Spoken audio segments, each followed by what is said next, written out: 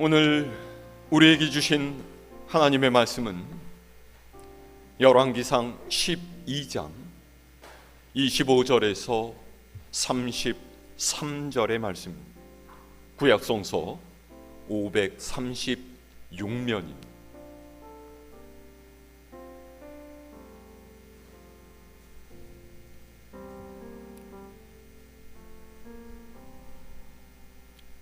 봉독하겠습니다. 여로보암이 에브라임 산지에 세겜을 건축하고 거기서 살며 또 거기서 나가서 분우엘을 건축하고 그의 마음에 스스로 이르기를 나라가 이제 다윗의 집으로 돌아가리로다. 만일 이 백성이 예루살렘에 있는 여호와의 성전에 제사를 드리고자 하여 올라가면 이 백성의 마음이 유다 왕된 그들의 주 르호보암에게로 돌아가서 나를 죽이고 유다의 왕 르호보암에게로 돌아가리로다 하고 이에 계획하고 두 금송아지를 만들고 무리에게 말하기를 너희가 다시는 예루살렘에 올라갈 것이 없도다. 이스라엘아, 이는 너희를 애굽 땅에서 인도하여 올린 너희의 신들이라 하고 하나는 베델에 두고 하나는 단에 둔지라. 이 일이 죄가 되었으니 이는 백성들이 단까지 가서 그 하나에게 경배함이더라.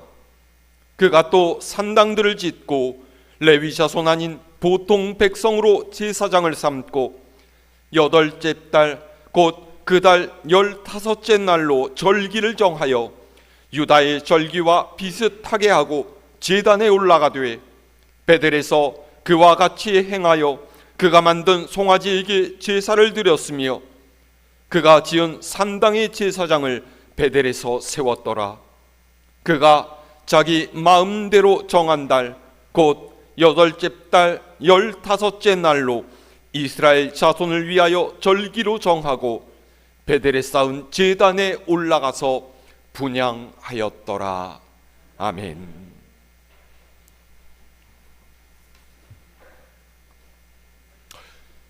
할렐루야.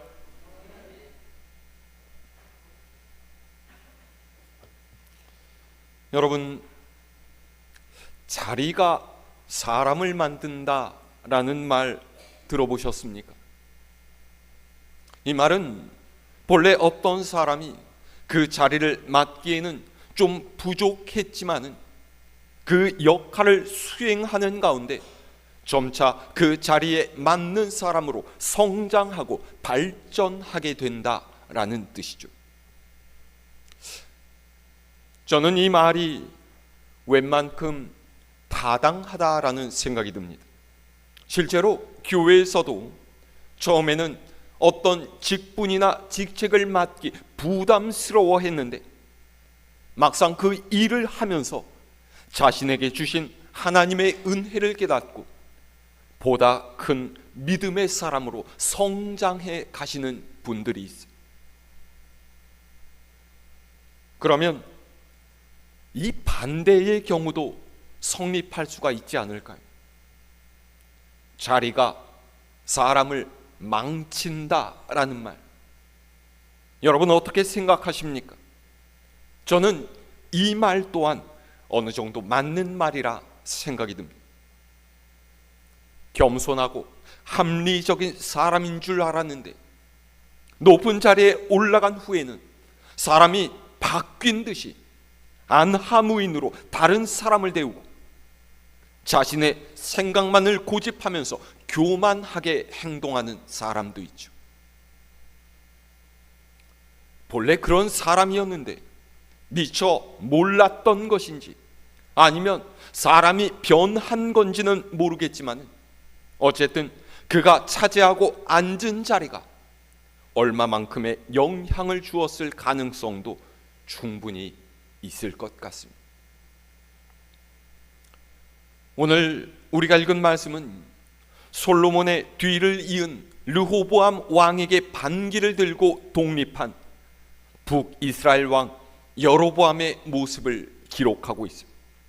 솔로몬 왕이 다스렸던 시대는요, 겉으로 보기에는 태평성대의 시절이었지만 그만큼 백성들에게는 곤고한 날들이기도 했습니다. 왜냐하면 왕궁과 성전 그리고 여러 성읍들을 건설하는 대규모 공사로 인해서 백성들이 허구한 날 노동력을 착취당하고 높은 세금을 내야만 했기 때문이죠.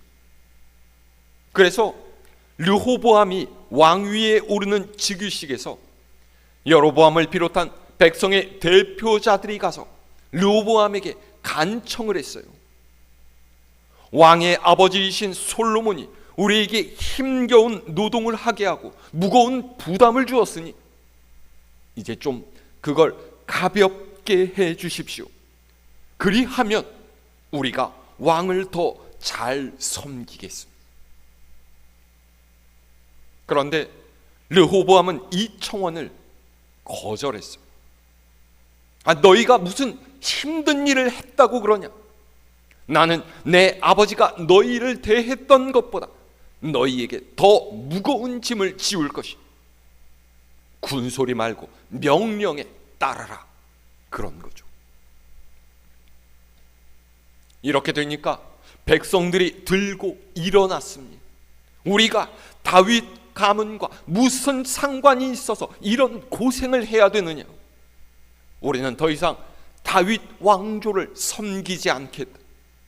그리고서는 왕이 보낸 감독을 때려 죽였어요. 이렇게 해서 솔로몬 왕이 죽은 후에 이스라엘은 10지파를 중심으로 여로보암이 왕이 된 북이스라엘 왕국과 유다 지파와 베냐민 지파를 중심한 르호보암 왕의 남유다 왕국으로 갈라지게 됩니다. 오늘 말씀은 이런 배경에서 왕위에 오른 여로보암의 이야기예요. 자, 오늘 말씀 25절에서 27절까지 우리 함께 읽어볼까요? 시작. 여로보암이 에브라임 산지에 세겜을 건축하고 거기서 살며 또 거기서 나가서 분우엘을 건축하고 그의 마음에 스스로 이르기를 나라가 이제 다윗의 집으로 돌아가리로다. 만일 이 백성이 예루살렘에 있는 여호와의 성전에 제사를 드리고자 하여 올라가면 이 백성의 마음이 유다 왕 된 그들의 주 르호보암에게로 돌아가서 나를 죽이고 유다의 왕 르호보암에게로 돌아가리로다 하고. 아멘. 여로보암이 북이스라엘의 왕이 되자마자 가장 먼저 해야 했던 일은 이 새로운 나라의 수도를 정하는 것이었어요. 지금까지는 모든 편제가 예루살렘을 중심으로 되어 있었는데 이제 그걸 바꿔야 했던 거죠. 그래서 세겜을 건축해서 거기에 수도를 정하고 그것을 방어하기 위한 성인 분우엘도 지었습니다. 그런데 이렇게 새로운 나라의 기틀을 잡아가면서도 여로보암의 마음에는 좀처럼 근심과 걱정이 떠나질 않았어요. 왜입니까? 26절은 그가 스스로에게 이르기를 나라가 이제 다윗의 집으로 돌아가리로다 했다고 해요. 그러니까 북이스라엘 10지파가 르호보암 왕의 통치에 대해서 반대해서 자기를 왕으로 세우고 독립을 했지만은 머지않아 자신의 결정을 후회하고 다시 다윗 왕조를 섬기게 되지 않을까 하는 염려가 있었다라는 거죠. 그 이유가 바로 27절의 말씀이 뭐라고 했어요? 여전히 성전은 예루살렘에 있었고 백성들은 하나님을 섬기고 있으니 이스라엘의 절기 때 백성이 예루살렘 성전으로 올라가서 제사를 드리느라고 왔다 갔다 하다 보면 민심이 돌아서고 유다 왕을 섬기게 되지 않을까? 내가 죽임을 당하고 이 나라가 없어지지 않을까? 그렇게 자신이 스스로 만든 두려움에 빠져 있었다라는 거예요.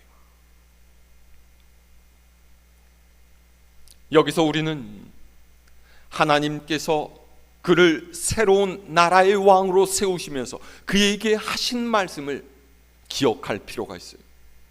자, 우리 성경 말씀 찾아서 읽어볼까요? 한 장 앞으로 가서요, 열왕기상 11장 38절 말씀. 열왕기상 11장 38절 함께 읽습니다. 시작. 네가 만일 내가 명령한 모든 일에 순종하고 내 길로 행하며 내 눈에 합당한 일을 하며 내 종 다윗이 행함같이 내 율례와 명령을 지키면 내가 너와 함께 있어 내가 다윗을 위하여 세운 것 같이 너를 위하여 견고한 집을 세우고 이스라엘을 네게 주리라. 아멘. 보세요. 여로보암이 북쪽 10지파의 왕이 된 것은요, 그가 백성들에게 인정받을 만한 업적을 세웠다든가 백성을 이끄는 출중한 능력이 있기 때문이 아니었어요. 솔로몬 왕이 우상을 숭배하며 하나님께 지은 죄로 하나님께서 이스라엘을 다윗 가문으로부터 빼앗아 다른 사람에게 주기로 하셨기 때문에 하나님의 일방적인 선택에 따라서 왕이 되었던 거죠. 그리고 하나님께서는 여로보암이 하나님의 말씀에 순종하고 하나님의 뜻에 합당하게 행하면 그와 함께 하시며 다윗에게 행하셨던 것처럼 그를 위해서 견고한 집과 나라를 세우시겠다 약속해 주셨어요. 그럼에도 불구하고 여로보암이 백성의 이탈을 근심하고 자신의 왕위를 잃어버릴까봐 염려했다라는 것은요, 하나님께서 주신 이 약속을 신뢰하지 못했다라는 뜻입니다.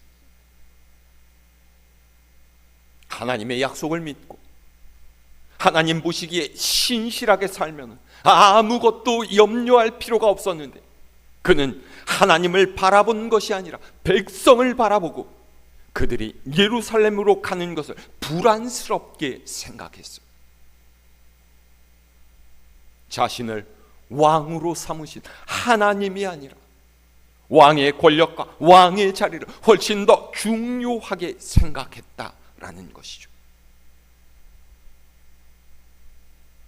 만약 여로보암이 하나님의 말씀을 믿고 그의 삶을 온전히 하나님께 맡겼더라면 그는 훨씬 더 가벼운 짐밖에는 지지 않았을 거예요.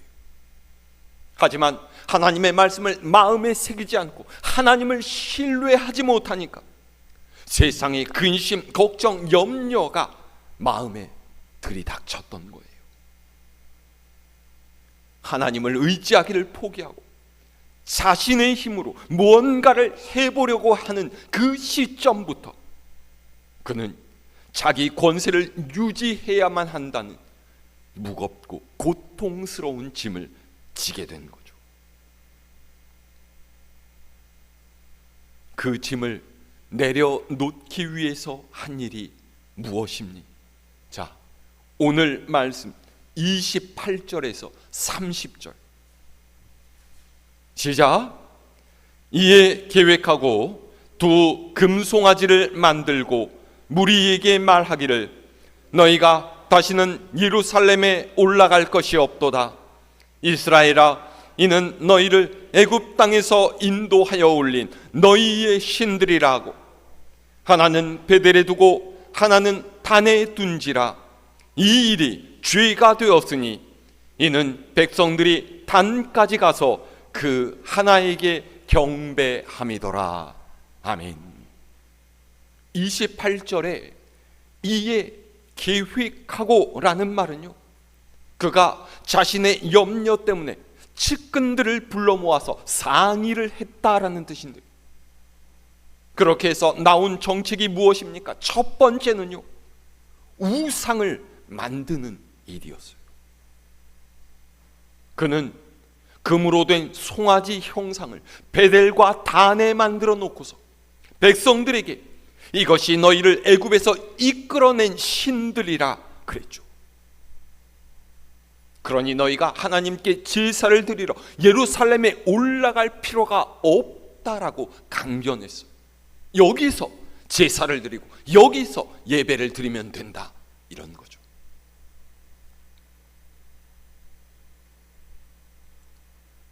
여러분, 이 말씀을 읽을 때 우리의 머릿속에 떠오르는 한 가지 사건 있지 않습니까? 출애굽한 이스라엘 백성이 하나님께 율법을 받으러 시내산에 올라간 모세를 기다리다가 불안과 초조함에 휩싸인 나머지 금송아지 우상을 만들고서 그 앞에서 먹고 마시며 제사한 일이에요. 모세가 하나님께 십계명 돌판을 받아가지고 내려오다가 이 모습을 보고 너무나 크게 화가 난 나머지 그 돌판을 우상에게 던져서 박살을 내버렸죠.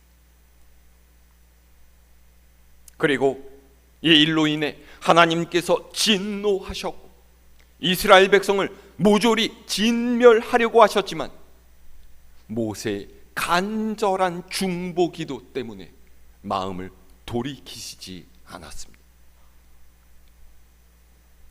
그런데 하나님께서 주신 왕의 자리를 자기 힘과 능력으로 유지하려고 했던 이 여로보암의 욕심이 오래전에 그의 조상들이 했던 것과 똑같은 죄를 저지르도록 만든 거예요.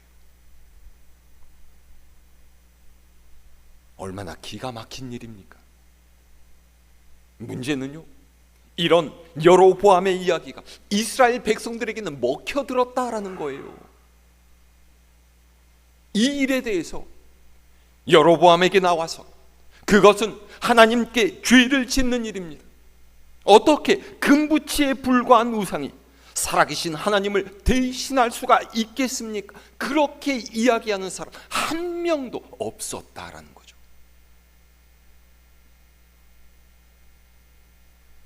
얼마나 안타깝습니까? 출애굽한 지 거의 600년의 세월이 지났는데도 여전히 이스라엘 백성은 애굽의 잔재를 버리지 못하고 금송아지를 떠나지 못한 거예요.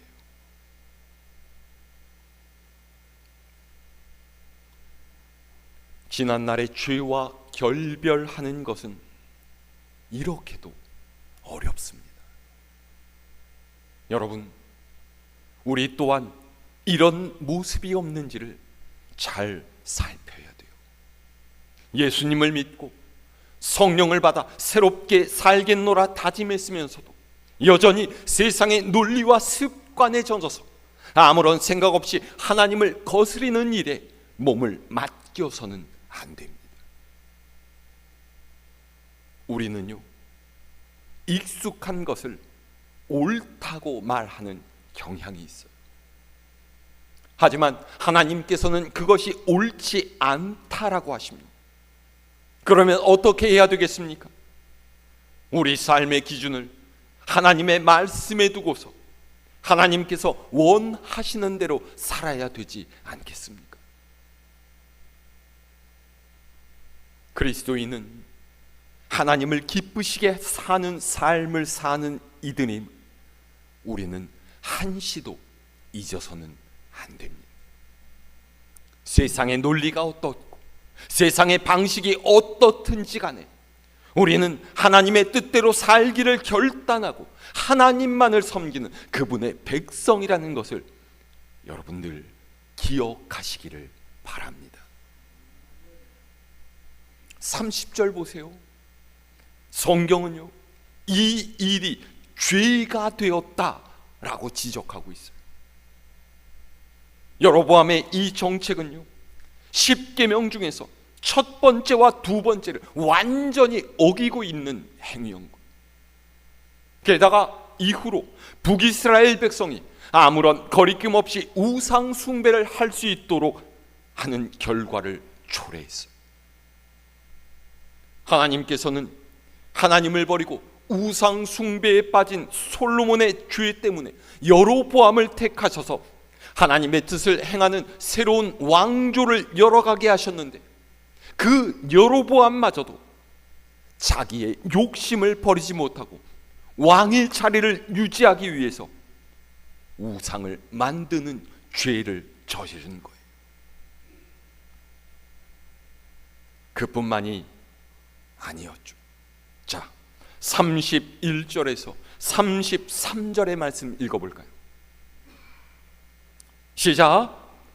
그가 또 산당들을 짓고 레위 자손 아닌 보통 백성으로 제사장을 삼고 8째 달 곧 그 달 15째 날로 절기를 정하여 유다의 절기와 비슷하게 하고 제단에 올라가되 베델에서 그와 같이 행하여 그가 만든 송아지에게 제사를 드렸으며 그가 지은 산당의 제사장을 베델에서 세웠더라.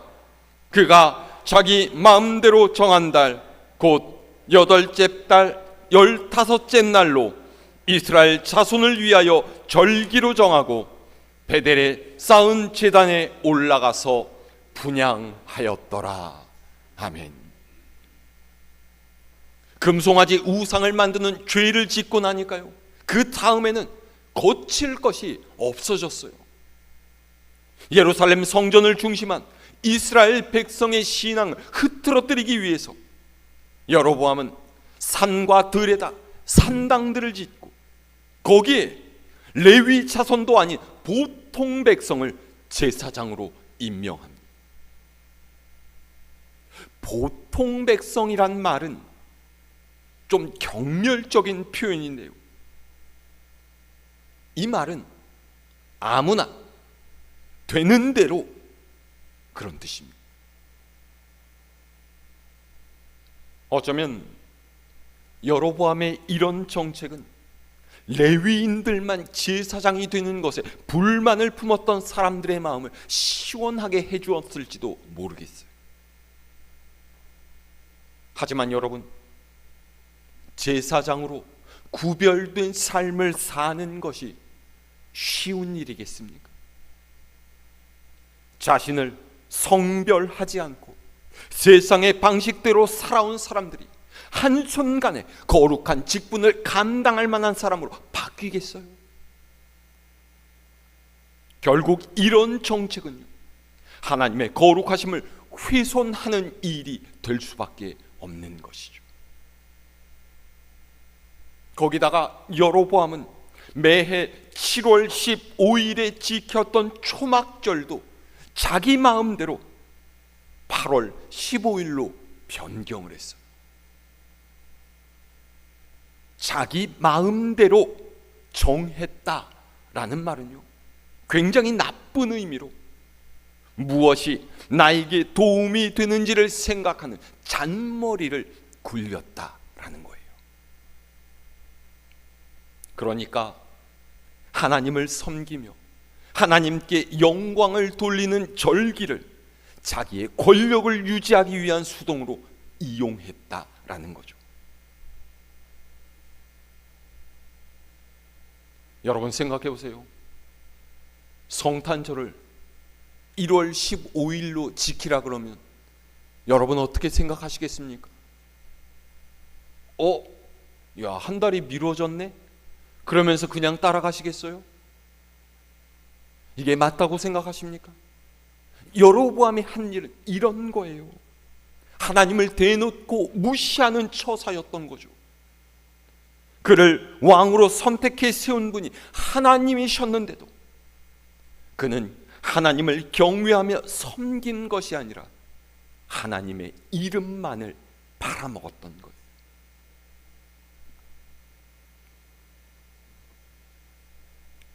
우리는 여기서 여로보암이 왜 이렇게 악한 길로 가게 되었는지를 살펴볼 필요가 있어요. 보세요. 에브라임 지파의 평범한 가정에서 태어나서 아무런 존재감 없이 살아가던 여로보암을 하나님께서는 백성을 다스리는 왕으로 세우시고 그의 장래까지도 약속해 주셨어요. 그러면 하나님의 은혜에 감사하면서 말씀을 따라 순종하면 될 텐데, 그는 도리어 하나님께로부터 아주 멀리 벗어나 버렸죠. 왜입니까?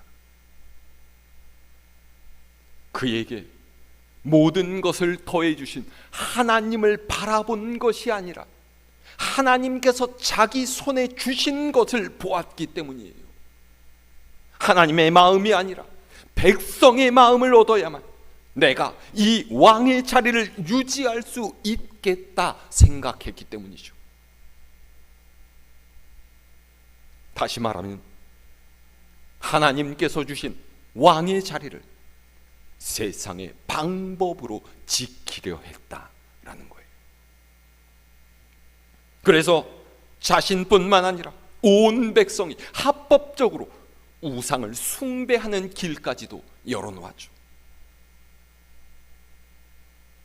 하나님보다 자기 머리에 쓴 왕관을 더 귀하게 여기고 그것을 놓지 않으려는 그의 욕심이 자신의 자리를 우상으로 만들었어요. 우상 숭배가 또 다른 우상 숭배를 불러온 거죠. 그리고 이런 그의 행위는 훗날에 하나님을 버리고 우상 숭배를 일삼은 왕들에게 그들이 여로보암의 길로 행했다, 이런 불명예스러운 기록으로 남겨지게 되는 거예요.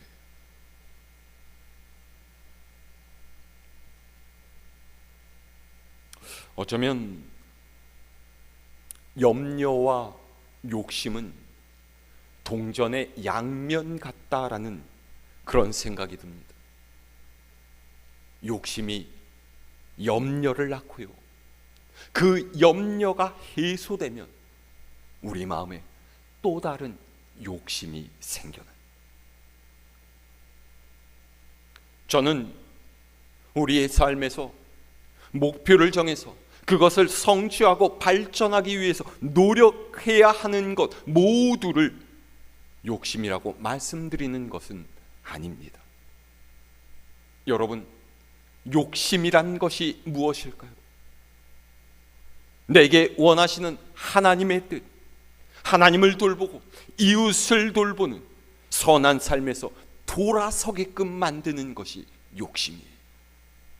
하나님을 버리면서까지 추구하는 것들은 전부 욕심입니다. 그 욕심이 우리를 우상 숭배로 끌고 가요. 돈의 노예가 된 사람은 돈이 우상이 되고요, 권력만을 향해서 내달리는 사람에게는 권력이 우상입니다.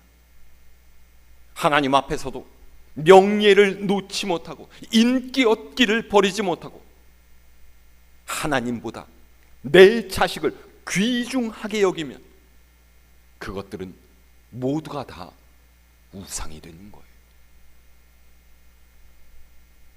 그래서 욕심과 우상 숭배는 동전의 양면과 같다라는 말씀을 드린 거죠.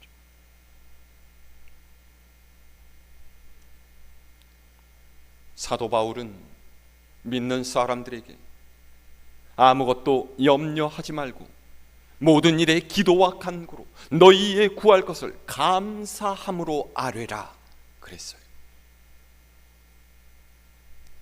마음에 품은 지나친 욕심은 죄가 되고 죄는 결국 사망을 낳습니다. 그런 안타까운 인생의 본보기가 오늘 읽은 말씀에 등장하는 이 여로보암이에요.